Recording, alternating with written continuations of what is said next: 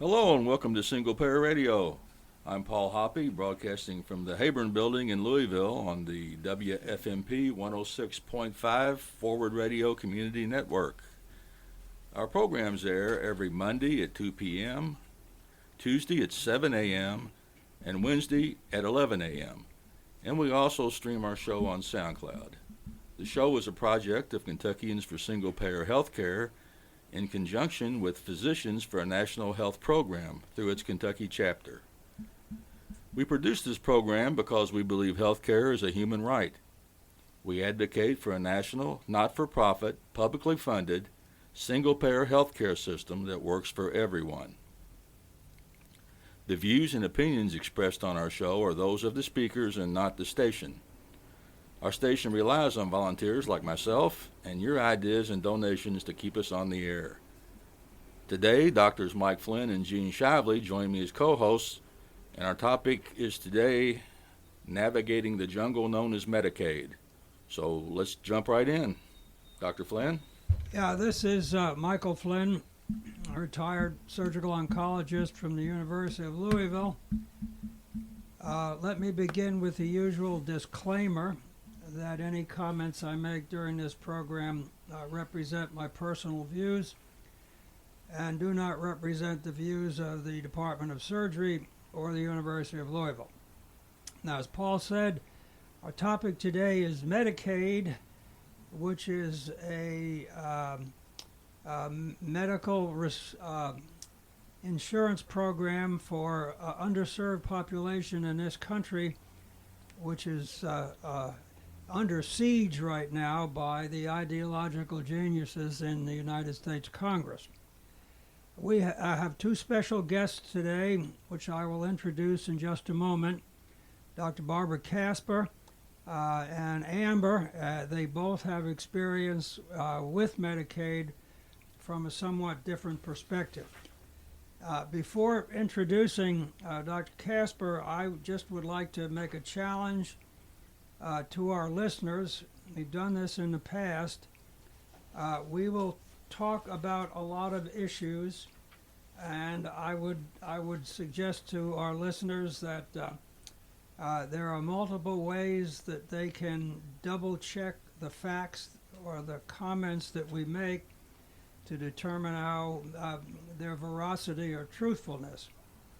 The Journal of American Medical Association, New England Journal of Medicine, Wikipedia. You can just get on Google and go to Medicaid, and there's a ton of places you can go to get information. I want to give the listeners one option. There's an article published in the New England Journal of Medicine on the 26th of February of this year.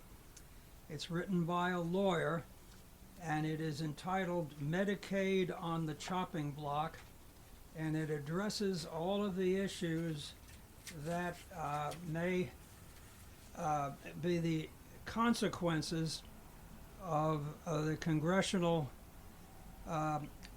approach to use or partly defund Medicaid in order to extend the first Trump administration tax cuts for the rich. Just one comment about that, and I will move on. 50% of the benefit of the initial tax cuts from the first Trump administration went to the top 5% of this country. The remaining 95% of the country got whatever benefit they might have gotten from this supposed tax cut. So let me begin with introducing one of our guests, Dr. Barbara Casper, as a retired internist.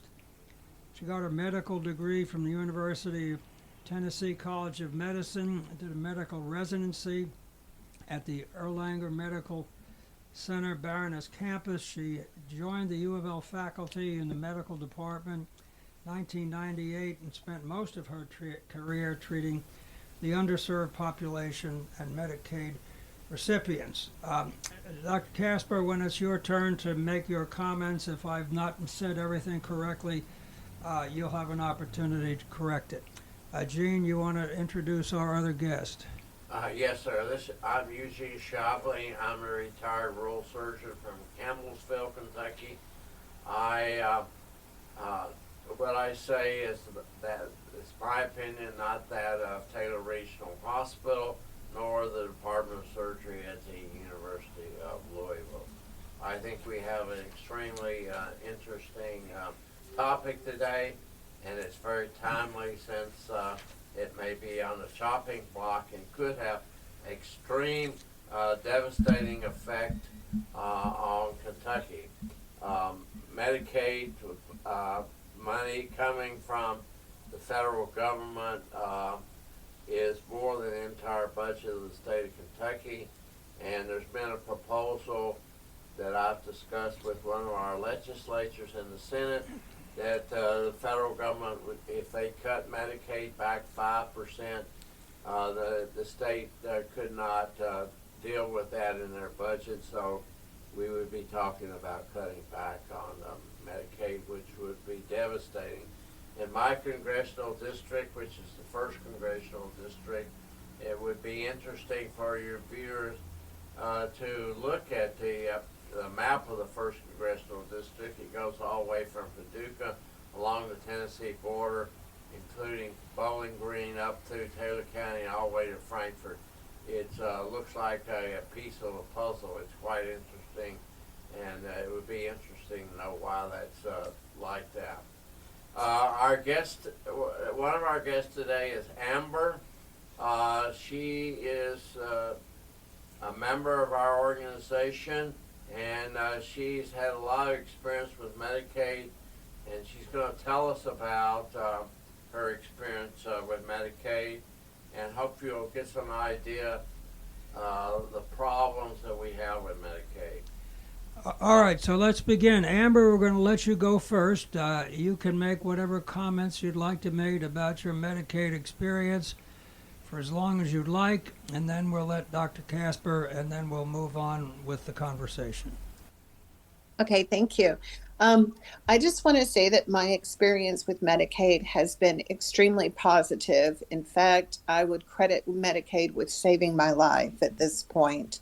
For many years, I had somewhat kind of stop and go exposure to the medical community, even though about 15 years ago, I had a complete thyroidectomy. There were many weeks and months that I would go with either parsing my medications or not taking them at all, which has probably led to some of the long-term side effects that I have now regarding heart failure and some other conditions.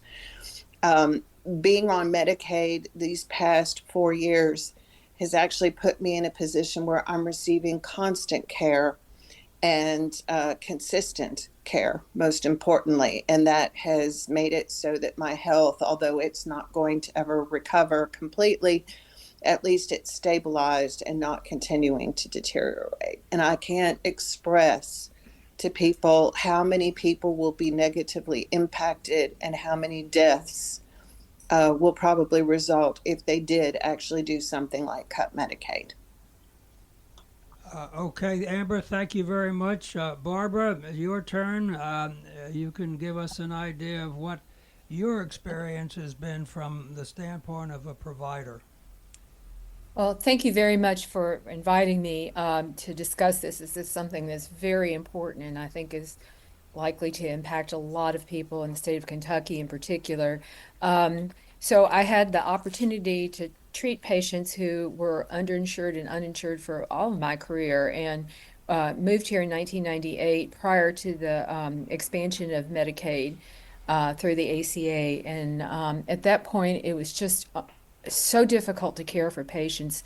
Over half of the patients I saw at U of L clinics, and by the way, this I would also have a disclaimer, these are only my opinions and not at all related to University of Louisville, but over half of our patients were uninsured, and so trying to navigate getting them appropriate care in that setting was just extremely difficult, and many of our patients went without. I could give you tons of stories of people who came to care late because they were afraid of the financial consequences of interactions with the medical care system and died unnecessarily. So when the ACA was implemented and Medicaid was expanded, it was just night and day for my patients. I had one patient who came to see me who was in his early 50s and had had a heart attack and had hypertension and not diabetes, but a high cholesterol, and smoked, and none of that was ever controlled. And after the Medicaid expansion, when I saw him, he came in and admitted that he had just not been able to afford his medicines. And he looked at me and says, "Doc, I'm going to take my medicines now. I have insurance for the first time in my life." And it made me actually quite emotional. I had to leave the room because it made me really sad that this man had suffered without it. So I'm very concerned about what will happen to our patients. As it is now, only about 5% of Kentuckians are uninsured in this state because our governor, Steve Beshear, opted to expand Medicaid. Most of the southern states did not. And so, and there are about 1.5 million people in Kentucky who currently are on Medicaid. So this is a catastrophe looming if that is cut. Thank you, Barbara. Gene, do you want to begin the conversation? Amber, could you tell us what the requirements are to be on Medicaid? Yes. So essentially, it's based on the poverty level.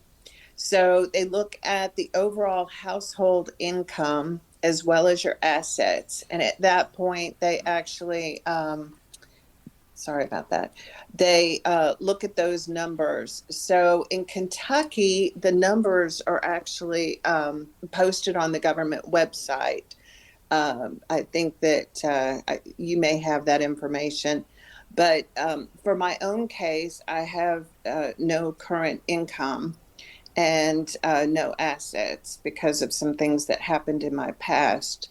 And so that has allowed me to qualify.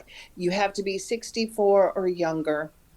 At 65, I believe that they switch you to Medicare, but they do have a paid version of that for people that fall below the poverty line. So.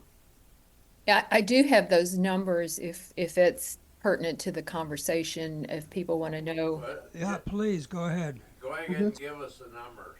Okay, so for people from ages 19 to 64, it's up to 138% of the federal poverty level, which translates for a single person is $20,120 per year. For a family of three, it's $35,000. So just for context, if you worked 40 hours in a minimum wage job, which is $7.25 in Kentucky, and you worked 40 hours a week, 52 weeks a year, your income would be $15,080. So pretty much any person working full-time at a minimum wage job as a single person would qualify for Medicaid, which is pretty telling, actually. So for pregnant women, you can have up to 200% of the federal poverty level, and that is $30,000 for a single person and $62,400 for up to 4 people in a family. So they recognize that it really pays to take care of pregnant women to make sure they have a good birth. So and then also, Amber was correct that you have to be 19 to 64, but there is a children's program as well. So, and if you make a little bit more than the qualified for the federal poverty level, people can get insurance through K-CHIP for their children. So about 50% of children in the state of Kentucky are covered by Medicaid, and 25% of births are covered by Medicaid in this state. So significant number of at-risk people. And then the last group are the elderly. And as Amber mentioned, there are people that you qualify for Medicare at age 65, but there are still people that are economically challenged, and so they can also be what they're called dual eligibles, so they can have Medicaid and Medicare. And a vast majority of people in nursing homes actually are covered by Medicaid. So once again, the elderly are vulnerable to this because if they are cut, there will be no way to reimburse the nursing homes, which could cause them to have to be discharged, but also the nursing homes may not be viable anymore as well. Barbara, I want to make a comment about the impact of Medicaid expansion on the healthcare delivery system and ask you if this is correct. Sure. And I don't know I don't remember the source, but it was my understanding that at University Hospital, before the Medicaid expansion, 20% of the patients seen were uninsured. And we're basically wouldn't pay for any of their health care.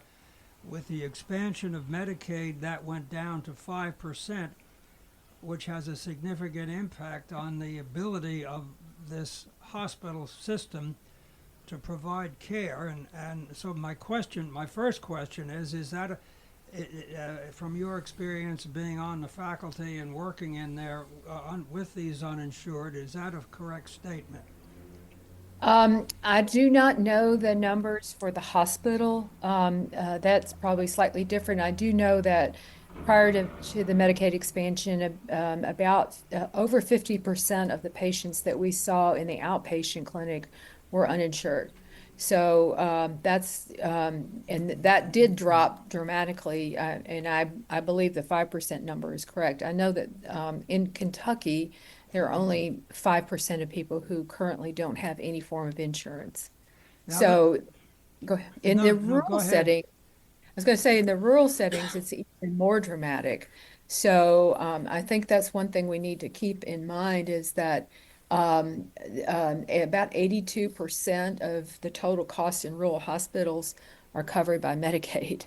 So that is those hospitals are really at risk, and the communities are at risk of losing their medical care if Medicaid goes away. Yeah, that was going to be my follow-up question, and I was going to ask that to both you and Gene, who has been in rural Kentucky all of his surgical career.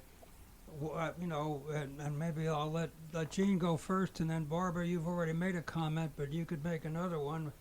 Gene, how do you see, if they do what they're planning on doing, and I don't know exactly what that would be because I haven't done it yet, but defunding some aspect of Medicaid is going to have a big effect on rural hospitals. Yes, it will have a profound effect. In Campbellsville, Kentucky, about 73%, and that number may have changed recently, of our patients are Medicare and Medicaid. Now, if you get up in the eastern Kentucky, it's more like 90%. Most of our OB is Medicaid. So if we had a dramatic cut, we would really be in trouble. I hope we would make it, but it would be difficult. Right now, we're doing fairly well. We have a cancer center that takes care of most of the cancer patients in our area, and we're real proud of that, and we're providing good care. But if we get squeezed much more, then it would be very difficult. And it's already hard enough to recruit physicians, and that would make it even more difficult. Barbara, do you have anything you want to add to that? I know you made some comments before Gene's. I think that I would just concur with Gene's experience, and based on my research for what is out in the state. Obviously, my personal experience is more in an urban area, but I think even the urban hospitals are going to be negatively affected by this. But gosh, more importantly, what is going to happen to people? And Amber's experience is that will happen again, where people will not be able to get the care that they need, which will have, if not life-threatening, but permanent health consequences. And I just I just can't imagine going back to the way it was, quite frankly. And I practiced for a long time in that setting where there were many uninsured patients, and it was just such a relief to be able to get people the care they needed from the standpoint of the physician. Yeah, Amber, it's my understanding that applying for Medicaid can be really a nightmare of complexity involving, having to answer a million different questions. Can you give us an idea of, how that works? Is this something you do by phone, online, by mail? If you're an older person that doesn't have a computer, how do you do this? So this is where you start running into issues, and I absolutely believe that they need to streamline the system. The caseworkers are lovely. I just want to start off by saying I don't blame them at all. The system is, however, completely broken. You have a few different ways you can apply. You can call online, and they will actually take your information for an initial intake over the phone. But then what they will do is say that, okay, now you have to get all these things together. So documentation. You can also apply online. But again, I don't personally have internet. I do not have a computer. I have a phone. That's all I have. And if it wasn't for my sister, I wouldn't even have that. So, I'm in a situation where I call them on the phone. I applied. And then they gave me a whole bunch of stuff I had to do. Well, that's fine, but I don't drive. So, I had to get my sister to drive me around to go get all these different things. So, then you have 6-month reviews. So every 6 months, you have to go get more stuff. So, for example, in my most recent review, I had to have a letter from a social worker stating that the social worker knew where I lived, that the social worker knew my financial situation, that, the social worker knows my medical history. Secondly, I had to get a letter from my doctor, and my doctor had to write a letter basically going through all the diagnoses, the heart failure, the post-operative thyroid issues, the hypertension, the whole gamut of things. Then I also had to get a bank statement because I have a little tiny bank account. My sister put some money in just to help me out. And then I had to get another letter. This one was from my landlord because I had just gotten a Section 8 apartment. And so my landlord had to sign a letter stating that I was receiving Section 8, that my rent was being paid. So, my sister literally spent days driving me around to go get all this stuff. Not everyone has that sister who can do that. And I mean, what do you do? And then she had to take me to the SNAP office so that they could actually take all the documents and then upload them into the system. So, it's very much based on transportation. It's very much based on having access to technology like printers and things like that. I don't have any of that.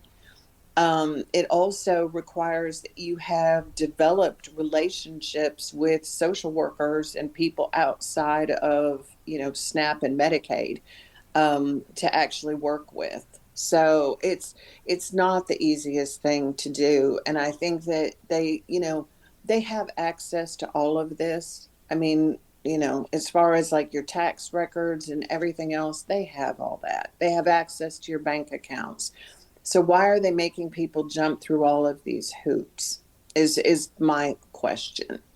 I mean, back in the day, I have been told by several workers that back in the day, about 15 years ago, each individual was signed a caseworker, and the caseworker would actually work with you so that things like an address change didn't take 4 or 5 hours.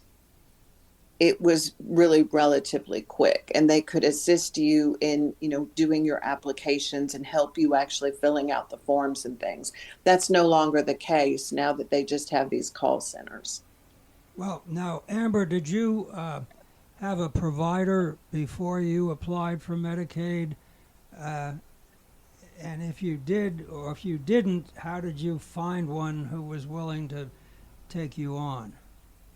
I did not have a provider. At the time, I was going without my meds and had become very sick again. When I got to Kentucky from another location, my sister was able to help me actually get a social worker through a disability program that she was familiar with. That person actually assisted me in calling the actual Medicaid application process. So then they helped me navigate that system. And then after that, what happened was Medicaid basically, the office here in town told me that the Fairview Clinic was the place that I would be going to actually meet my provider. And so then I went there and actually met the doctor. Okay, well, thank you. Barbara, Yes. maybe you can help the listeners and maybe help me out a little bit. For as many years as I was in clinical practice, both in private practice and in the faculty, I really never paid much attention to a lot of these various designations, and in doing some research and listening to podcasts in order to ask intelligent questions in this program, I kept running into this quote safety net hospital designation. And I never did look it up. I just thought it would be a good topic to talk about, because I doubt that the listeners have any better idea about a safety net hospital than I do. So if this is not a fair question to you, then we can move on. But I was wondering if you could maybe explain to me and our listeners what is a safety net hospital as opposed to, just a regular hospital like Norton's or U of L, or maybe they're both safety net hospitals. So I don't know if that designation is still out there, but a safety net hospital traditionally has been the place to go if you're uninsured, and it's kind of like the last resort of the place. And actually in Louisville, U of L was that place for a long time. So I don't know if they still use that designation. In the past, the state would give money to hospitals to offset the uncompensated care for uninsured patients, and that was called DSH money, disproportionate share money. With the expansion of the Medicaid, however, makes sense that you might not need that anymore because so many fewer patients are uninsured, and so I think that money has actually been, if not totally discontinued, at least decreased significantly. So that was one of the ways I think that, for example, U of L Hospital was able to provide the excellent care they always had, is because they received some DSH money, even though a significant portion of their patients were uninsured. And so that's one of the things that's going to really complicate the situation, is because that money is no longer there. And if your patients are not paying, basically, or are not insured, then it's going to make that worse. So I'm not aware that the safety net designation, hospital designation, still is used in that way, but it possibly could be. So. All right, well, thank you. Amber, can you give us an idea of what it's like if you're making minimum wage and then you advance to a job where you're making $2 more an hour? What happens to your Medicaid? Yes, I actually had that experience. I was working as a hotel cleaner in Harrisburg, Pennsylvania for a while, cleaning hotel rooms, and I was making $9 an hour. And of course, at that point, that amount of money, I had Medicaid as well as SNAP. And I was given a wonderful opportunity to actually go to work at the homeless shelter where I had lived for some amount of time. about a year before. And so I jumped at the chance because they were paying $11 an hour. And I thought, oh, this is great. I'll have a little bit extra money in my pocket. I can maybe do a little bit more saving to try to get ahead. And I took the job without really thinking that, this was going to basically send me back into homelessness. But I took the position and loved my job. But within about 2 months, I received a letter from Medicaid saying, oh, you now make too much money. So they cut my Medicaid off. And, as I mentioned previously, and maybe one of the doctors would do a better job than I would describing what happens to a person that has no thyroid. But I ended up at that point unable to afford to get my medications anymore.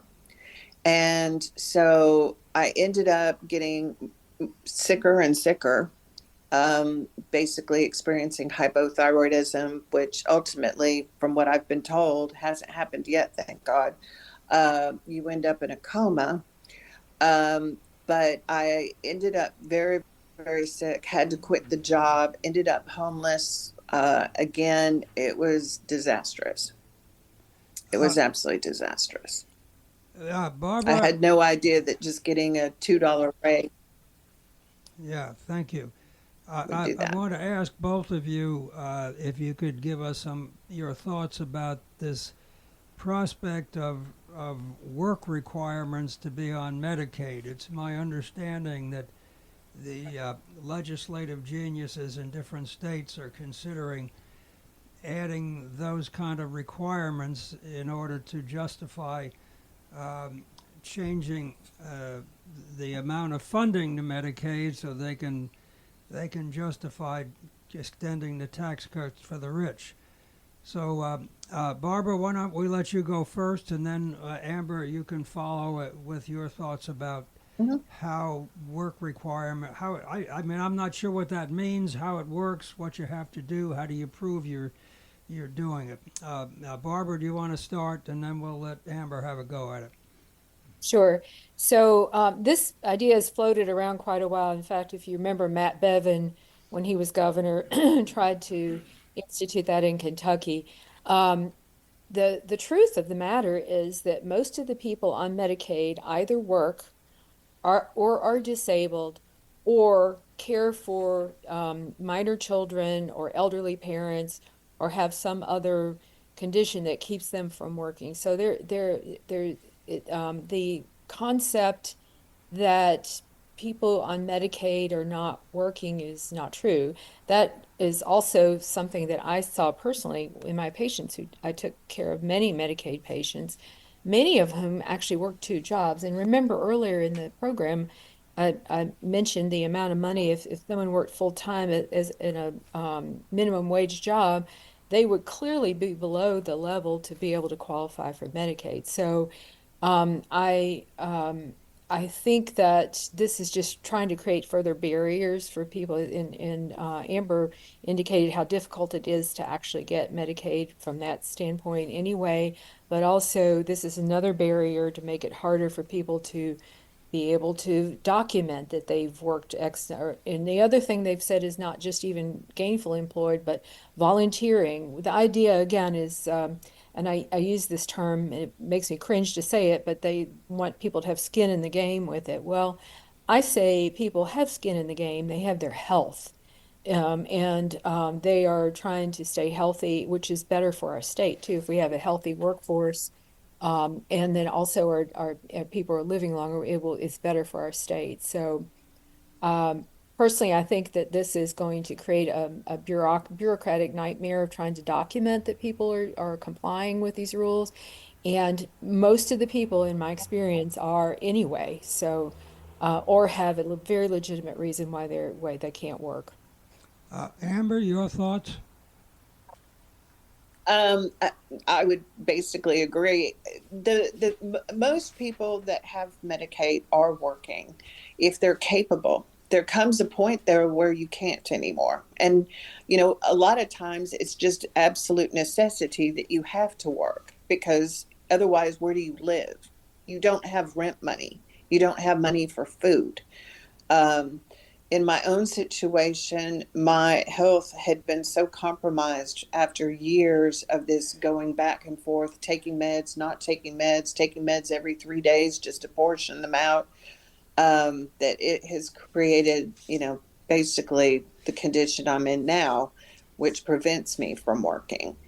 But just so you know, if you do not apply to work, they will cut you unless you can get proof that your medical condition is such that you can no longer work. I actually have to, again, go to my doctor and get letters, and also go to my social worker through the disability group here in town to actually get letters to, basically keep them from dropping me. So that is the problem you're faced with. I actually looked this up, and during the last Trump administration, where there was so much emphasis on work in order to get Medicaid, the only state that really succeeded in doing this was Arkansas, and the administrative cost was phenomenal, and to the point that it probably didn't save that much money because of all the administrative costs. You can imagine, you got a Medicaid patient and you got to keep up with them and make sure they're working and they show up for work. And how do you do that? And then what do you do if the person stops working, et cetera, et cetera? Let me ask another question. What is this Medicaid cut going to do to seniors who are on Medicaid and Medicare? And particularly, what's it going to do to nursing homes?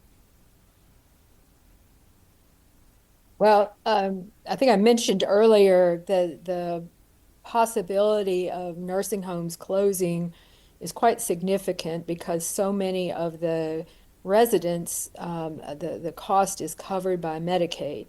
And so, so it could cause seniors to have to be discharged who may not have a place to go. And we have not done a very good job of providing support for family and other caregivers to keep people in their homes, if that's a choice.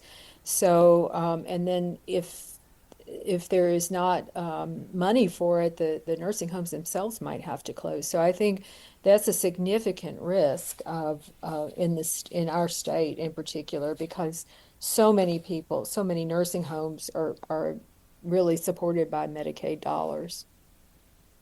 I go down to a rehab hospital in Greensburg. Jane Todd Crawford.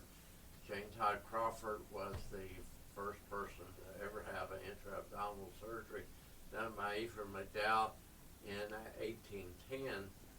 And the hospital is named after her because she was living in Greene County at the time she had her surgery. Anyway, I go down once a month and change trachs. And so I have patients down there who there's no place else they could go. They are on Medicare and Medicaid, and they're on ventilators. And they're on ventilators 24/7. And I don't know what would happen to those patients. Well, I have. Can I make? Go ahead. I just want to piggyback on that comment about people that are seniors. I was homeless. I knew several homeless women while I was homeless. There is nothing scarier and more dangerous than being a vulnerable elderly woman on the streets. If these people have any heart at all, this is the worst thing that they could do to these people. If they have nowhere to go, I mean, do you think that it's survivable for a 70-year-old woman on the streets? I will tell you it's not. Well, I would very much support that statement, and then add to that that the motivation for doing this is to extend tax cuts that benefit the top 5% of Yeah, the people it's unconscionable. in this country. I mean, just think about that. Well, let me move on to something else. Gene mentioned this, and I admit that during my educational reading and podcast listening, in order to ask intelligent questions during this program, I ran into this situation where they are people who have both Medicare and Medicaid. And it was an interesting set of circumstances. Barbara, I suspect this is probably a better question to you than to Amber, but maybe I'll let you start first and see if Amber wants to add something to it. But could you explain to our listeners, because I wasn't aware of this before I was, learned about it in preparation for this program, and I doubt that most of our listeners, at least some of them anyway, will not be aware that there is a group of people out here in the country who have Medicare and Medicaid. So could you kind of give us an example of how one would get into a situation like that? Sure, these are what we call dual eligible people. So Medicare is for people over 65 or people who are on disability and have been disabled for at least 2 years consecutively, so they can qualify for Medicare at a younger age. Just because you're 65 doesn't mean that you aren't still poor if your life has been that way for a while. So those people may be on Medicaid prior to turning 65. They end up getting Medicare, which gives them another layer of insurance, but their income still qualifies them to be on Medicaid. And so those people are dually insured. And so and then I think that one thing that we sometimes forget with Medicare, I know this program is not geared towards that, but Medicare A that you automatically get when you're 65 only covers your hospitalizations, and it only covers 80% of that. So you still are responsible for 20% of your bill, which is, one day in the hospital, that's like a lot of money. And then many patients who are economically challenged cannot afford to purchase Medicare B, which covers outpatient visits. So for those people, Medicaid is a lifeline to having outpatient care, and otherwise they end up having to go to the hospital for their care, can't get follow-up as an outpatient, and then they keep getting sicker and keep going to the hospital. It's actually a much more expensive proposition for the total healthcare system to have people not be taken well care of as an outpatient. But that's the dual eligible, where they have both Medicare and Medicaid. Amber, any comments? What she said is correct, that it actually ends up being far more expensive, because when you're in a situation like I was, well, you get to the point where you're so bad, you end up in the hospital, which is far more expensive for you to be there for a day or two than it would have been if you had just been able to go into a doctor and they could have prescribed your medications and you got your medications. But, if you can't get that, your only choice is to wait until you deteriorate to the point where you have no choice but to go to the ER.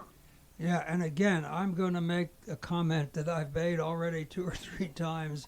When you think about it, the economic geniuses in the legislature, the national legislature of this country, are considering defunding all or part of Medicaid in order to find some financial justification for extending the first Trump administration tax cuts that benefit the top 5% of the country, and leaving the ones that are, if they lose Medicaid coverage, the cost of health care increases, because instead of taking care of these problems and having these people taking their medications, they get worse. I mean, it's an economic nightmare aside from being a moral nightmare.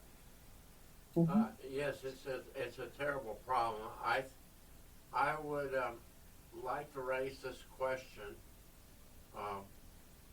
What can we and our listeners do about the current situation to try to prevent this preliminary bill from passing Congress? What can we do? Barbara, what do you think we can do?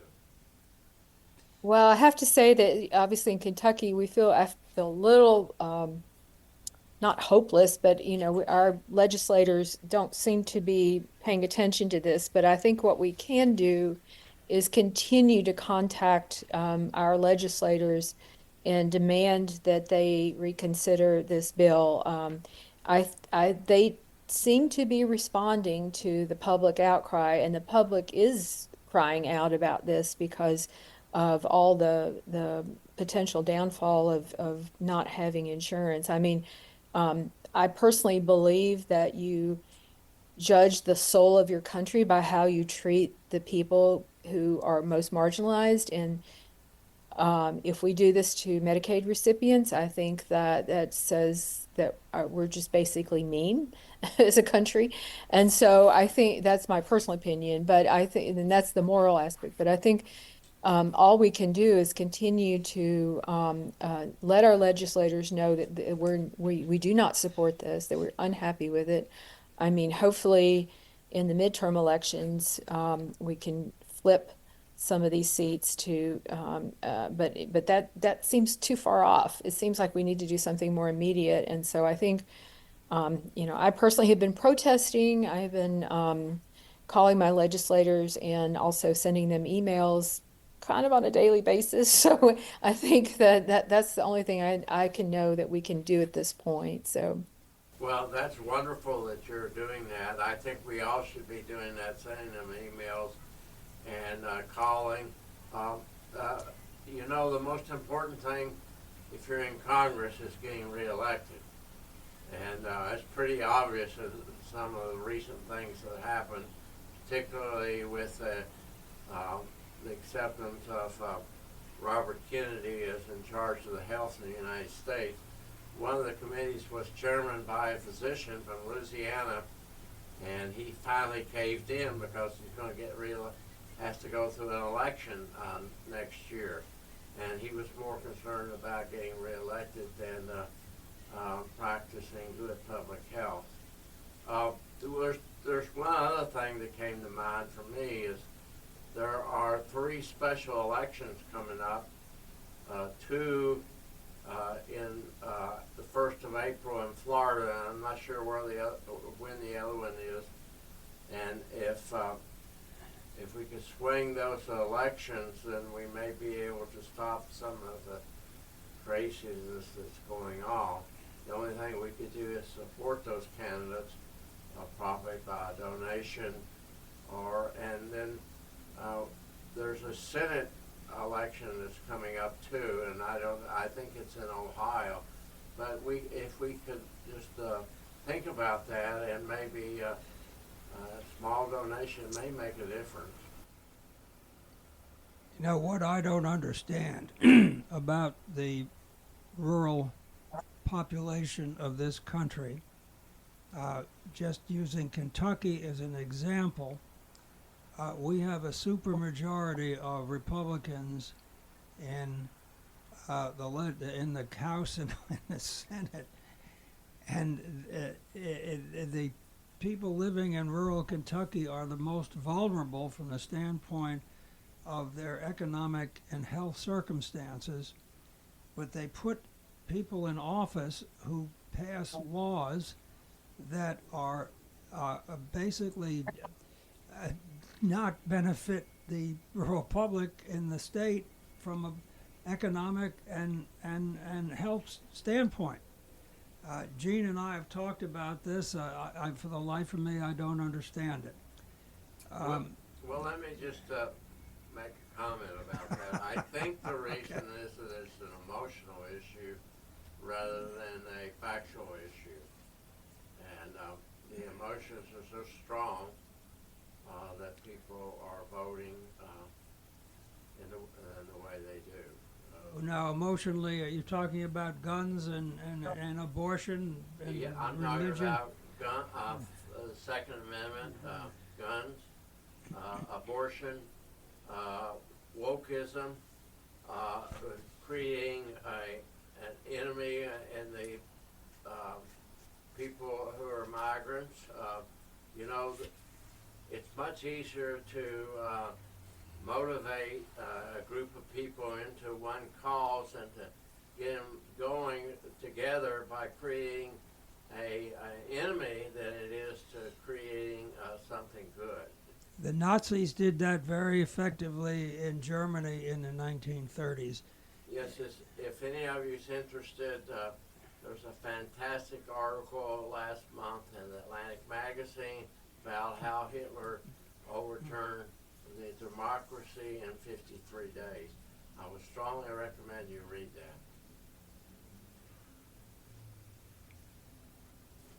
that. Let me ask both of you, Barbara and Amber, to make some comments or share your thoughts about nursing home issues. I always get a little confused.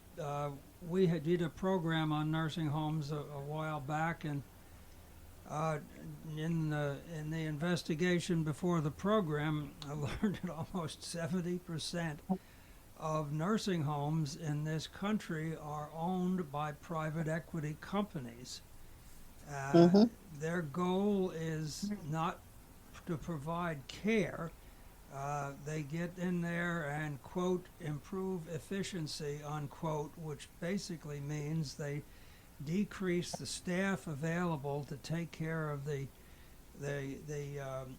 recipients in the nursing homes. They often will sell the real estate that the nursing home is in, use that as profit for their investors and executives, and sell a nursing home in 4 or 5 years and move on to something else.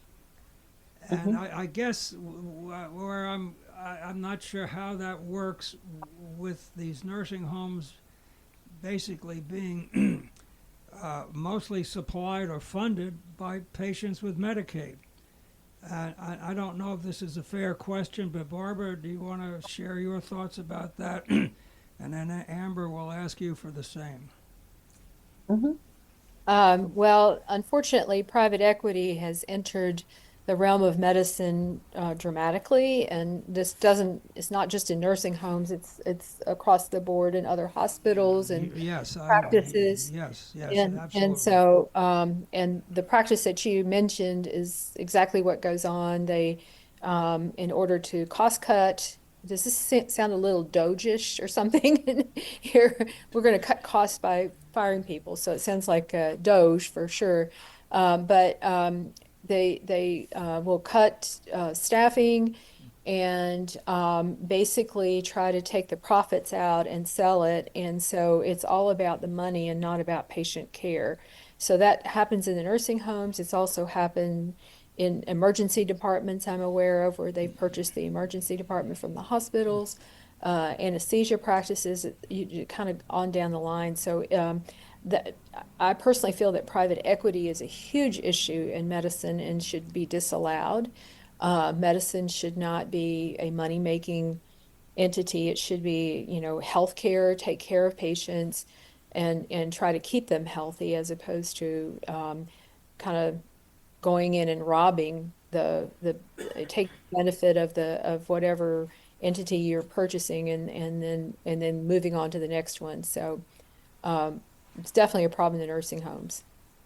I absolutely agree. And I guess the basis of this is the fundamental issue that exists in this country, that we do not have a health care system that is focused on providing good health care to all of our citizens. We have a health care industry that is focused on extracting profit from every health care activity. Amber, you have any thoughts about the nursing home issues? Yes, actually, I do. I think that the most important thing is for people to try to stay at home, although it seems that there's a push now to get people out of their homes as quickly as possible and into the nursing homes because it is a for-profit activity at this point. And I just feel that it's really unconscionable that we have turned healthcare into a for-profit industry. Just like prisons, when you put profit into it, I think the morality of the whole thing just kind of, goes down the toilet. So that's pretty much all I have to say. Okay, well, we're getting down to the end here. Gene, you want to make any last-minute question or comments? And then I was going to ask Barbara and Amber if they had a final comment, and then we'll let Paul take us out. Let me make a comment about nursing homes. I just didn't realize this, even as a physician until about 2.5 years ago.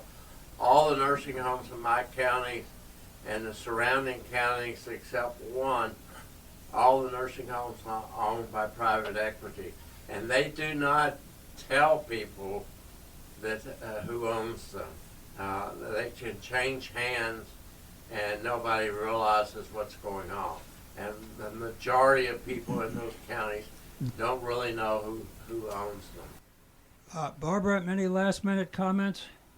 First of all, I just really appreciate you highlighting this issue. It's a huge one, and I mean the long-term actual fix to all of this is to have a single-payer health care. But in the interim, we need to save Medicaid, and I not only believe that from the viability of the healthcare system, but more importantly for patients, and I think, to be quite clear, people will die. They will die if they can't get health care, and that is just morally unconscionable to me. Yeah, we absolutely agree with that. That's why we're here. Amber, last-minute comments, and we're going to turn this over to Paul. Just that this is, as she said, a life or death issue. I don't think people realize that every single one of us in this country, and including those rich people that you keep referring to, realize that it takes one healthcare catastrophe to put you in the poorhouse. One. Yeah. That's Well, correct. listen, I want to thank you both. This probably has been a very interesting program. And Paul, it's all yours. Okay, I want to thank the listeners for tuning in today, and please come back again for Single Payer Radio. That's all we have. Have a wonderful day.